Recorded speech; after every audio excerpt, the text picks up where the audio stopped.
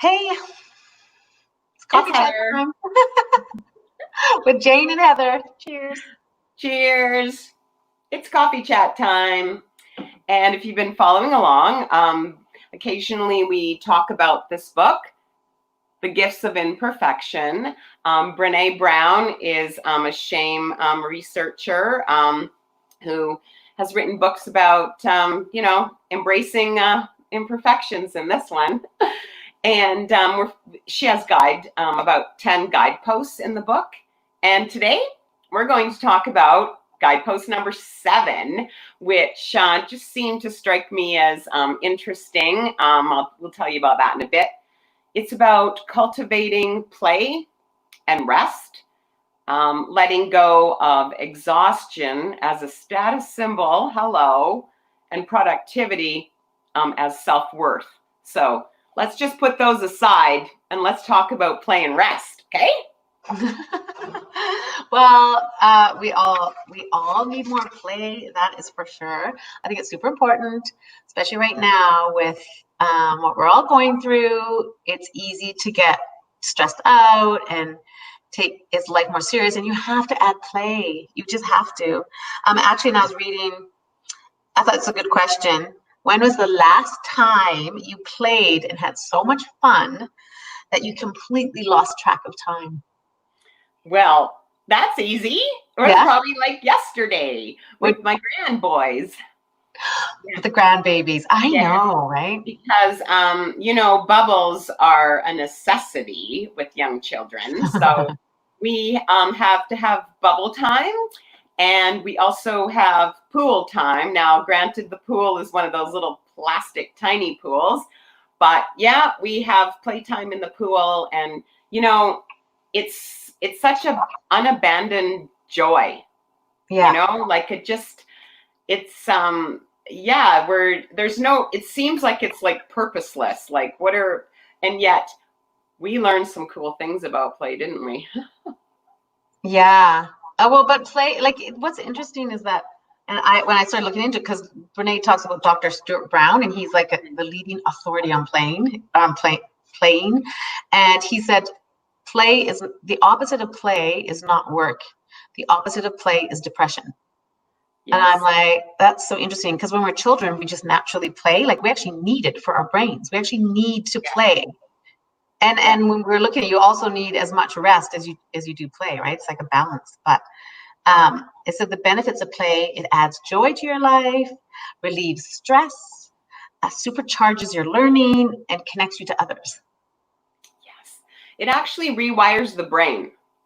It does. It's like exercise. Only play is not scripted or not, laid out. So yeah, it does. It helps with it helps do stuff in the frontal lobe. Dr. Brown said, and so that's helps with reasoning and memory, and also it helps with the big one, resilience. And we've talked about resilience before, right? Like I find that resilience is a skill that we all could use more of. Yeah, for sure. So play is magnificent. I had no idea.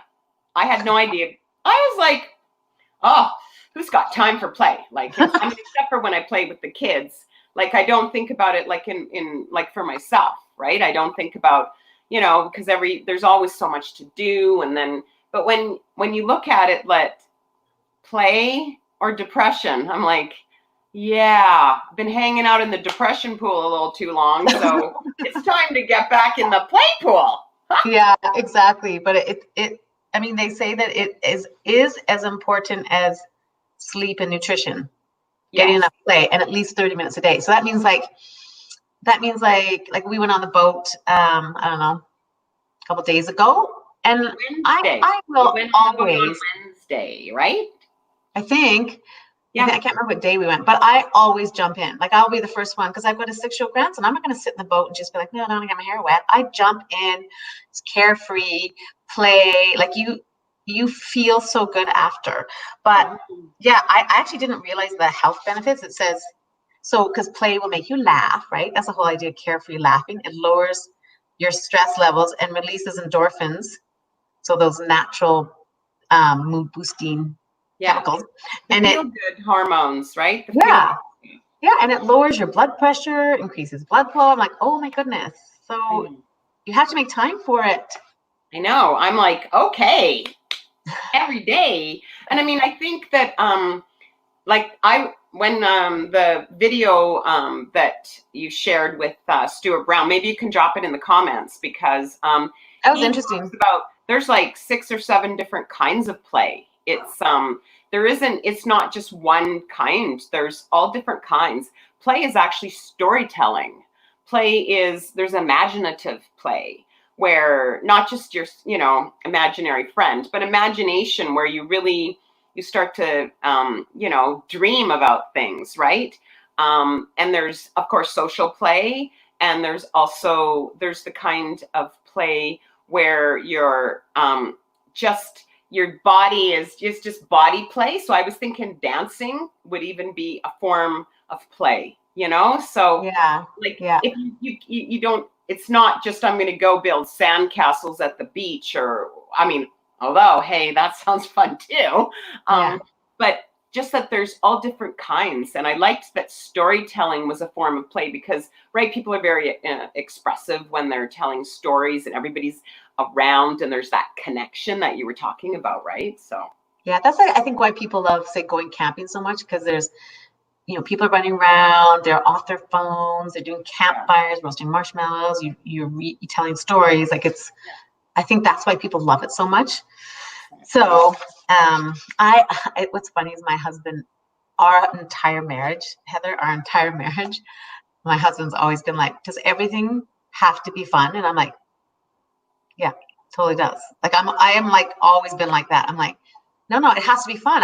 Why would I do something if it wasn't fun? Even if it's working and I don't enjoy it, I will make it fun at work. At my jobs, when I used to work in offices, I always had a way to make it fun. I don't know. And even like with the social distancing and self-isolating, I think I told you that we created a little pretend restaurant on our balcony with a bistro table, and I will pretend it's an actual restaurant. I will be like, ooh, it's happy hour, like the wine is free, or my husband will be like, ooh, the waiter's really cute. Like I have this whole imaginative, and I get dressed up, and it makes this super fun evening. Wow, I always like make great idea, because really, in case you didn't know, we're from Kelowna, British Columbia, Canada, and we're thinking we should probably knock that 50 group back to 6 for a bit. So maybe we're not going out to restaurants, although I haven't been out to I've been to a coffee shop to grab a coffee, but not to a restaurant. In Kelowna, where we live, there has been a spike in the coronavirus, and it's because we're a very our Kelowna, Canada, and the Okanagan Valley is a very tourist destination. A lot of people from Alberta come. And so they've been trying to maintain the social distancing, but the younger people have gotten together and that spread the virus. So now we have to be more careful. So you gotta. And young people can get it. Everyone can get it. So what people thought for a bit was that it couldn't happen to me. So we do want to be mindful of that. So we continue to coffee chat like this. Yes, and we still have fun and the coffee chat. I like your thing about playing and making things fun. Honestly, when I read in Brene Browns' book, when she was first approaching this whole idea for the Guidepost, she said to one of her researchers, she said, I don't really know like what's going on, but there's all these people, they seem to fool around a lot. And she didn't understand. And I'm that kind of person too. I'm like, why are you fooling around? There's so much work to be done. So I think it's too serious. But now that I've read this thing on Play, I'm like, So you don't know something and then you learn it, you go, things that make you go, I might need to reassess. So if you're one of my coworkers, perhaps I need to be having more fun at work. Loosen up, have fun. Life's too short. That's what they say, right? Loosen up, have more fun. Life's too short. No, But on the other but side, I'm always like the responsible one and the other side is the sleep, though, right? Brene, we talked about play and rest because Brene Brown said they actually go hand in hand. And she said when she did all her research, she was shocked to realize that the rest is just as important in play. And if you're not getting enough sleep, you're prone to diseases, heart disease, diabetes, obesity, depression. It's all linked. So you have to have the balance of rest. And I really am impressed with my husband. He can just power nap. Like he can just go on the couch, the kids can be playing, the grandkids, and he can just power nap. And I thought, wow, it's actually so good for you, right? But I tend to make sure I get at least 7 or 8 hours sleep. And you do feel better. Your brain feels better. You feel healthier. People who are sleep deprived are impaired. So if you are only getting like 4 to 6 hours of sleep a night, you are actually to the state where you would be impaired if you were driving. Like you have to think about that. And so not only with driving, but even in your cognitive processes, if you're trying to solve some kind of major situation at work or something like that, you would not be thinking clearly. Or even in your relationship, you might be cranky. Like there's all that spillover. Like when I used to think, oh, I can survive on like 5 hours of sleep a night, that was such crap. You know? No. And then I didn't sleep because I had, I was a single mom. I didn't sleep. I had little kids. They woke up all the time. So it was like, I don't know, years and years and years of chronic insomnia. And I think that's what I truly think caused a lot of my depression. Well, yeah, if you look at it now, if you look at that, sleep can cause, lack of sleep causes depression, and then lack of play. And when you're tired, you're not in a playful mood. It all goes hand in hand. You have to get the sleep so you feel like playing. But anyway, do we want to play a game of Cool to Connect? Oh yeah, I've been waiting all week for this one. So we have added at the end of coffee chat time, I play Cool to Connect. I'm trying to do Cool to Connect every Monday. So I have Diane Reed doing it with me tomorrow. She's from Utah. She's adorable.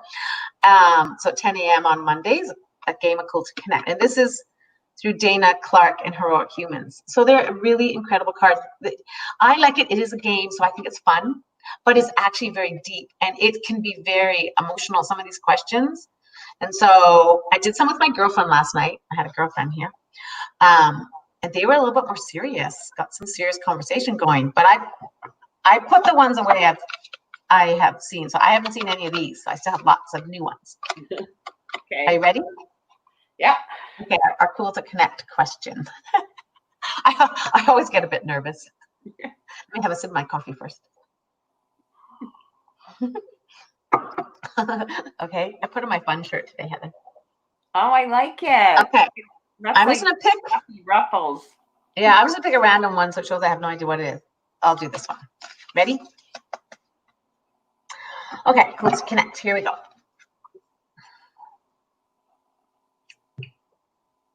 What is something you believed as a child that isn't true? Oh. Okay, now if anyone's watching and they want to answer, go right ahead because people play along with this. Answer while we something. Okay, what is something you believed as a child that isn't true? Okay.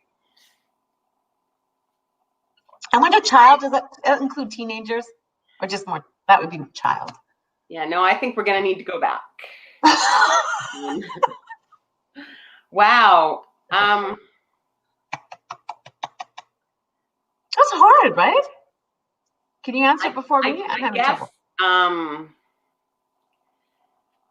know it may be okay. It's gonna sound kind of superficial, but it's important because it layers into like how I feel about or felt about myself and my I thought that I was really, really ugly.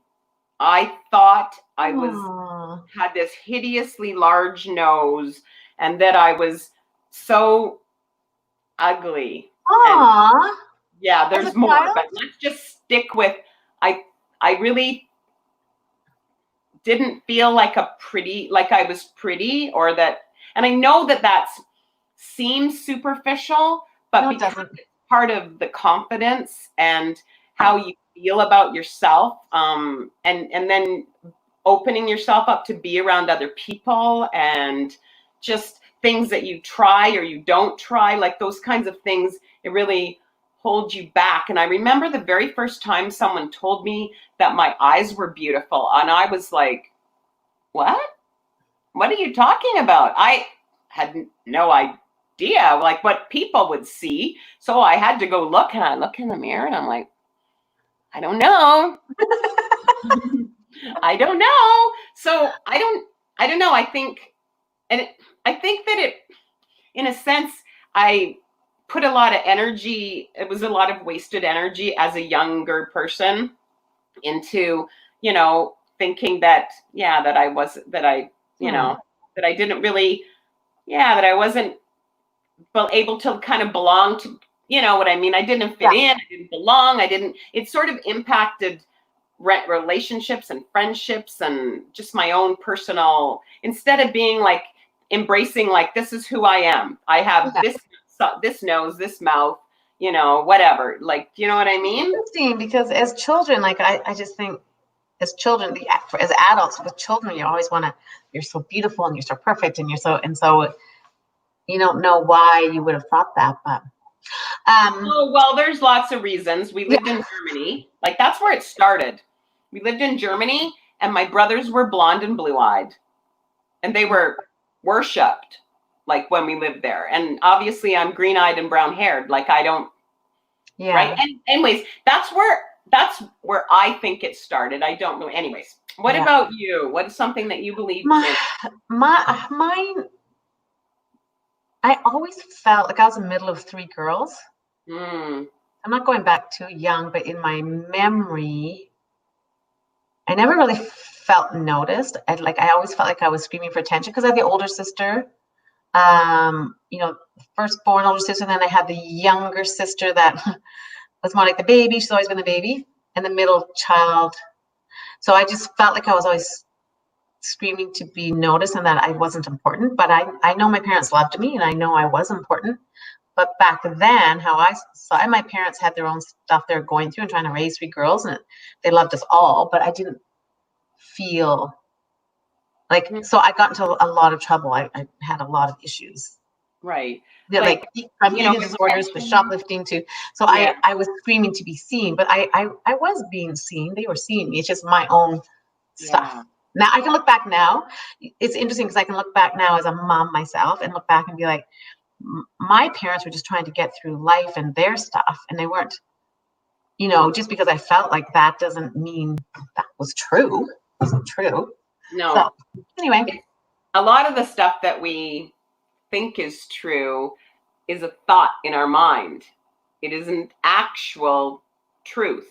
Like, that's why I'm reading a little bit of another book too, and it's called Loving What Is. And one of her key questions that she asks is it true? And how do you know it's true? So, like, to stop yourself, in comes the thought. Yeah. No. And then actually, you can interrupt that thought right in the middle here. No, I don't know where it is. You can stop it. Thought by saying, this is the story that I'm telling myself. This is the story that I'm telling myself, meaning that it's probably not true. But it's so hard when you're like, say, a younger child or a teenager. You don't know. This is just how you feel. This is what you know. It's not until you're older and you can look back and be like, that was just how I felt and thought. What if we could teach our grandkids that, and ask them, like, because how do you, like, I don't really know how I would ask my 4-year-old grandson what he was actually, how he was thinking or feeling about himself, because we're still working through some new words every day. Things are, we're learning how to communicate, but I still think it would be good to help to give them that kind of skill right from when they were little. yeah, giving them tools. I think when you have the right chance with your grandkids, when it's the right opportunity to teach them that, you know, that they're perfect the way they are. And anyway, we probably should sign off. That was a good question. Made me think. Anyways, thanks for joining us. And as always, we are here for you. So reach out, and happy Sunday. Okay, bye, Heather. Thanks. Bye.